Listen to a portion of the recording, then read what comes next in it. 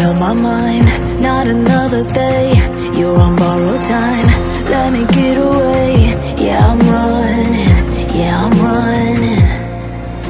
So love me or leave me, I'm standing alone.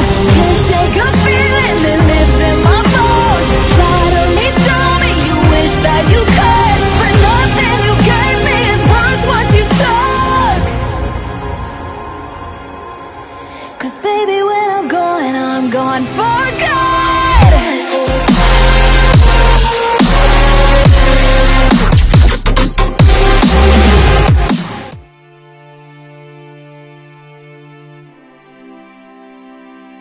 Melanjutkan dari kisah sebelumnya. Sebelumnya setelah Xiaoyan kembali ke istana dan berbicara dengan Yuan Cue, Yuan Cue mengatakan dia tidak ingin pergi sendirian. Namun Xiaoyan tidak tahu bahwa dia sebenarnya khawatir. Jika dia meninggalkan dimensi tersembunyi ini, rakyatnya masih harus bertahan di dunia Sanhai yang penuh dengan ancaman terhadap manusia. Dengan kata lain, Yuan Cue tidak ingin meninggalkan kota dan jutaan rakyatnya. Dari Yuan Cue, Xiaoyan merasakan sebuah tekad penuh keadilan. Sebuah aura yang hanya dimiliki seseorang yang telah lama mengalami penindasan di dunia Sanhai. Saudara Yuan Cue, aku mengerti. Xiaoyan langsung memberi salam hormat. Saudara Xiaoyan, kau berhasil menghalau rencana pembantaian dari ras Jiaolong. Kekuatanmu memang luar biasa. Tetapi apakah kau sudah mendapatkan kabar pasti tentang orang yang kau cari? Yuan Cue mengangguk pelan lalu bertanya. Untuk saat ini belum bisa dipastikan. Namun penguasa dimensi tersembunyi ini memang berasal dari ras Jiaolong, bukan? Xiaoyan tampak ragu sejenak setelah mengatakannya. Itu tidak sepenuhnya benar. Ras Jiaolong hanyalah salah satu di antaranya. Ada juga ras Duolong dan ras Feng. Namun berbeda dengan Jiaolong yang suka berburu manusia. Kedua ras itu hanya muncul bila ada sosok kuat yang bangkit di antara manusia. Yuan Cue berhenti sejenak lalu melanjutkan kata-katanya. Kalau kau terus tinggal di sini, kemungkinan besar dua ras itu juga akan datang. Tetapi kau tidak perlu khawatir tentang keberadaanku. Justru kau sendiri yang tidak perlu membuang waktu di sini. Yang paling penting sekarang adalah segera menemukan bala bantuan. Dunia Sanhai terlalu luas. Mustahil kau mengandalkan kekuatan seorang diri untuk menantang seluruh dunia ini. Apalagi semua ras di sini memusuhi manusia. Mendengar kata-katanya, Xiaoyan mengangguk dengan pelan. Dalam situasi yang serba mendesak ini, tentu saja dia harus menyiapkan diri menghadapi kemungkinan terburuk. Baiklah, aku harus pergi. Saudara Yuan Cue, jaga dirimu baik-baik. Yuan Cue juga membalas dengan sikap hormat. Xiaoyan mengangguk sekali lagi lalu menepuk tubuh tahanan roh. Seketika mata tahanan roh memancarkan cahaya biru dan ruang di sekitarnya terbuka menampakkan badai kampan yang mengerikan. Melihat pemandangan ini, tatapan Yuan Cue berubah serius. Saat berikutnya Xiaoyan bersama Long Yan langsung melangkah masuk ke dalam badai. Anehnya badai itu tidak langsung menghilang, melainkan berhenti sejenak seakan memberi Yuan Cue pilihan. Saat ini Yuan Cue memang sempat ragu, namun akhirnya dia menggertakkan giginya dan tidak melangkah masuk ke dalam badai kampaan. Di sisi lain, setelah keluar dari dimensi tersembunyi, cahaya di wajah Xiaoyan sedikit meredup. Dia semakin yakin bahwa apa yang dikatakan Yuan Cue sebagian besar adalah benar. Itu juga merupakan cara Xiaoyan untuk menguji sifat Yuan Cue. Xiaoyan menyadari bahwa penghalang dimensi tersembunyi memang sulit dibuka dengan caranya. Dan apa yang dilakukannya memang sulit dipercaya. Sayangnya di dunia Sanhai tidak ada manusia yang sekuat itu. Jika saja ada, maka manusia tidak akan membiarkan dirinya terus-menerus ditindas oleh para roh binatang buas ilahi. Karena kekuatan segel angin bisa dibuka, maka bila suatu hari aku memiliki kekuatan yang lebih besar, aku pasti akan menuntut balas. Yuan Cue bergumam di dalam hatinya. Setelah Xiaoyan pergi, Yuan Cue berdiri tegak mengenakan jubah naganya. Aura di tubuhnya tiba-tiba melonjak hebat. Jika Xiaoyan masih berada di sini, dia akan langsung merasakan perubahan ini. 1 tingkat, 2 tingkat, 3 tingkat, 4 tingkat, hingga menembus tingkat kelima keabadian para dewa, dan kekuatan Yuan Cui masih belum berhenti di situ. Namun dengan kekuatannya, nasib manusia di dunia Sanhai tetap tidak bisa diubah. Bukan semata karena ras-ras itu terlalu kuat, melainkan karena adanya penjaga di balik layar yang mengendalikan jalannya dunia ini, sehingga apapun yang dilakukannya tetap tidak berguna. Jika tidak menemukan penjaga itu, maka Yuan Cui tidak akan bisa melawan.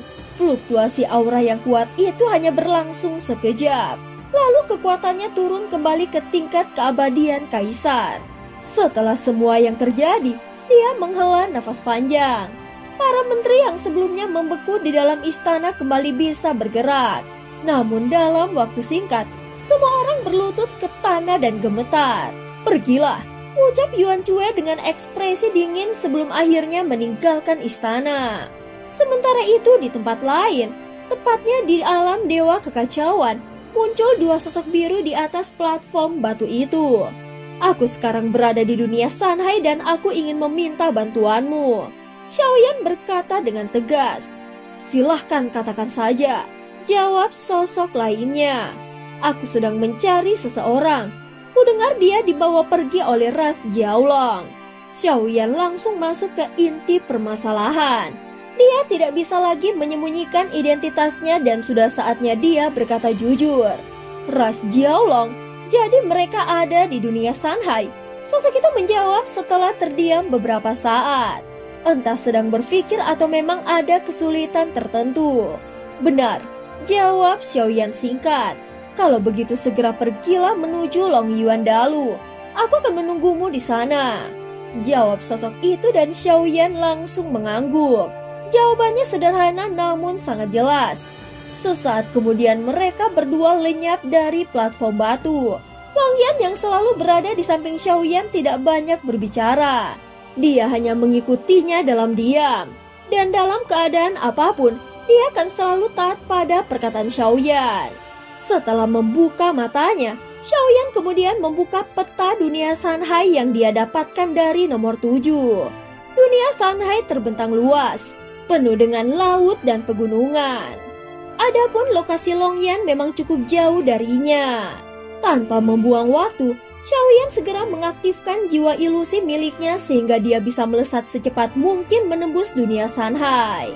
Namun perjalanan semacam ini sangat menguras kekuatan jiwanya.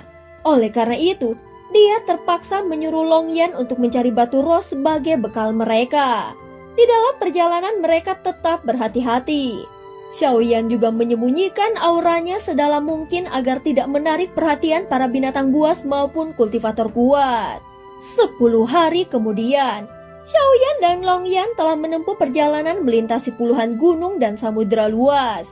Sesekali mereka beristirahat di atas gunung seekor binatang buas ilahi berukuran besar yang melayang di udara. Pada saat ini batu giok kekacauan yang dibawa Xiaoyan tiba-tiba bereaksi. Sudah lama rapat di wilayah kekacauan tidak pernah dilakukan lagi. Xiaoyan segera mengeluarkan avatar Yuan Shen dan avatar jangkrik emas selalu menundukkan mereka di samping tubuh aslinya. Di dunia Sanhai, perjalanan mereka selalu seperti sepasang titik cahaya yang bergerak. Bagi para binatang buas yang berada di sekitar, mereka bagaikan mangsa yang paling lezat. Namun setiap kali ada makhluk yang nekat menyerang dengan niat membunuh, mereka semua justru berakhir menjadi santapan titik cahaya itu sendiri. Bahkan nasib mereka sungguh tragis. Xiaoyan menutup matanya membiarkan jiwa tubuh aslinya memasuki batu giok kekacauan. Di atas platform batu, sosok-sosok biru bermunculan satu persatu. "Sudah lama kita tidak berkumpul. Mari kita mulai pertemuan ini," ucap sosok nomor 1 yang merupakan pemimpin rapat dengan suara yang berat. Rapat ini terfokus pada kerjasama berbagai informasi serta penyelesaian masalah. Sebelum rapat dimulai, nomor 1 menyampaikan 2 kalimat pembuka.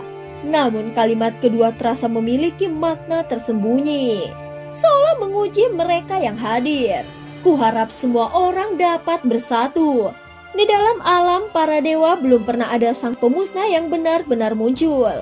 Namun berdasarkan informasi yang kita terima dari berbagai dunia, situasinya tidak baik. Jadi kita harus menemukan siapa di antara kita yang membawa garis keturunan sang pemusnah itu.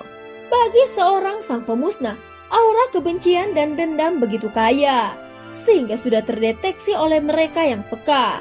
Xiaoyan sendiri bingung apakah dirinya benar-benar sang pemusnah. Faktanya, dia bukanlah sosok itu. Identitas itu tiba-tiba menempel pada dirinya sehingga dia hanya bisa dianggap sebagai sang pemusnah palsu.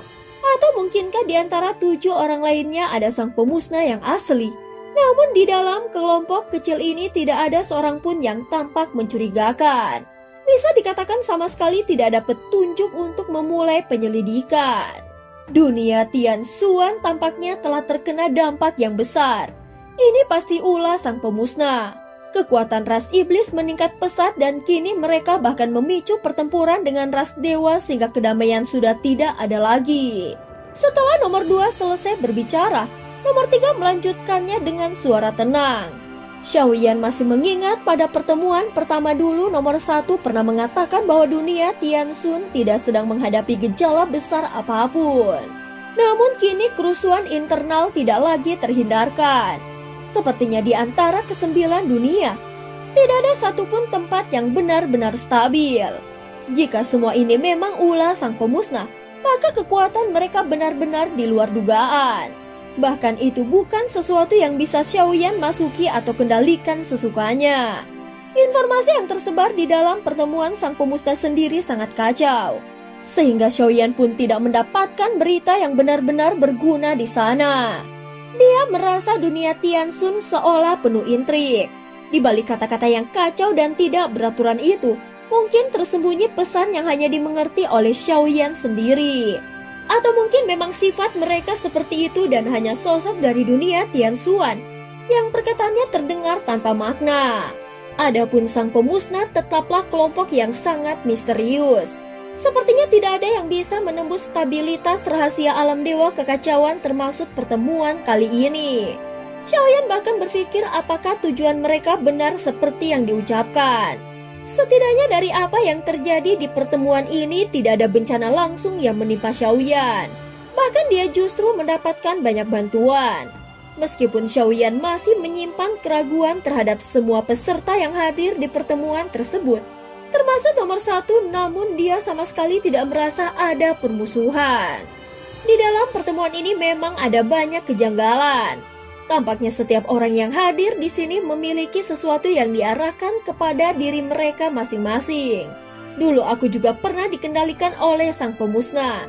Kini orang yang mengendalikan diriku itu telah mati dan digantikan oleh sang pemusnah yang baru. Mungkinkah di sini juga ada orang lain yang mengalami hal serupa denganku dan memiliki identitas ganda? Xiaoyan berpikir di dalam hatinya. Walau terasa semakin membingungkan bagi Xiaoyan, pertemuan ini dihadiri oleh 8 orang. Namun sebenarnya hanya ada 7 orang. Jika dugaan Xiaoyan benar bahwa ada seseorang yang memegang 2 identitas secara sekaligus di pertemuan ini, maka jumlahnya bahkan tidak sampai 7 orang, bahkan mungkin lebih sedikit lagi. Entah tentang identitas sang pemusnah, mungkin satu-satunya cara untuk mengetahuinya adalah dengan bertanya pada nomor 1. Hanya dia yang mungkin tahu apa yang sebenarnya terjadi. Namun bagaimana jika dugaan Xiaoyan memang benar? Bahkan nomor 1 orang yang banyak membantunya di pertemuan ini sebenarnya adalah sang pemusnah itu sendiri. Padahal di pertemuan ini, dialah yang paling banyak membantu Xiaoyan, sehingga dialah satu-satunya yang paling tidak pantas dicurigai. Namun Xiaoyan memahami situasinya. Jadi sebelum semuanya benar-benar terkonfirmasi atau bisa dikatakan, sebelum dia benar-benar bertemu dengan nomor 1 di dunia nyata, maka identitasnya yang terkait dengan sang pemusnah tetap harus dirahasiakannya. Bagaimanapun ada hal-hal yang tidak boleh dikatakan. Jika dia berbicara terlalu banyak, dia bisa saja dikeluarkan dari pertemuan ini secara misterius. Ketika giliran nomor 4 tiba, terdengar suara yang lantang. Saat ini Xiaoyan hanya bisa tersenyum pahit ketika mendengar suara khas Ye Beijing. Kalau mau berbicara, bicaralah dengan baik. Kalau tidak, lebih baik kau pergi selamanya.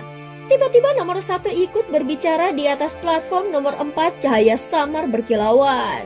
Xiaoyan berpikir jika kali ini Ye Beijing kembali dikeluarkan, mungkin dia tidak akan pernah bisa muncul lagi di platform ini. Iya, aku teringat sesuatu. Sang pemusnah memang sangat misterius.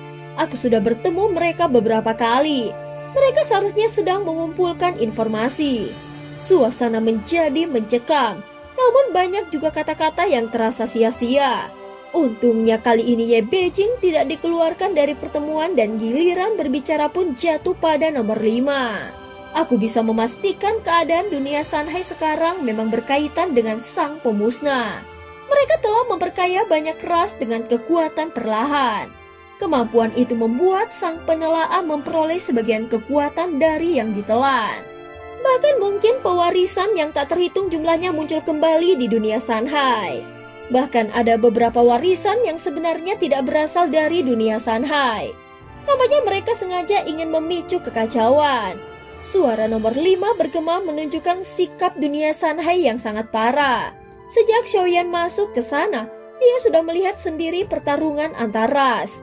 Itu bukan lagi sekedar perubahan sumber daya, melainkan saling menelan. Saat ini Xiaoyan buru-buru menyadari bahwa 3 ras gunung telah menipunya. Kini kekuatan peralatan ini telah menyebar di seluruh dunia Shanghai. Jadi bukan hanya dimiliki oleh ras Jiaolong saja. Hal ini membuatnya bingung. Jika begitu, benarkah Raja Tianzang sudah ditelan oleh ras Jiaolong? Dalam urusan ini aku bukan pengendali. Jadi aku tidak tahu pasti.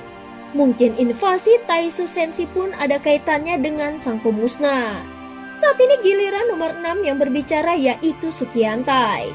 Dia juga berbicara secara belak-belakan dan menyebut perang antara Taisu dengan Sensi. Suasana di sekitarnya hening dan tidak ada yang menyala. Saat berikutnya, sosok lainnya mulai berbicara seakan semua sudah sepakat dengan aturan itu. Menurut situasi sekarang dan mengingat 10.000 tahun terakhir, rasanya tidak akan ada satupun tempat yang benar-benar damai. Ketika giliran nomor 7 tiba, ucapannya membuat Xiaoyan terkejut. Sepanjang puluhan ribu tahun, jumlah pertikaian antara dunia sudah tak terhitung. Hanya dengan hati yang bersatu barulah dunia bisa tumbuh dan berkembang. Inilah hukuman dari alam. Coba kalian pikir baik-baik. Meskipun tanpa sang pemusnah, apakah hasilnya akan berbeda? Kalimat itu membuat pandangan Xiaoyan tiba-tiba menjadi jauh lebih rileks. Sepertinya mereka terlalu fokus pada sang pemusnah.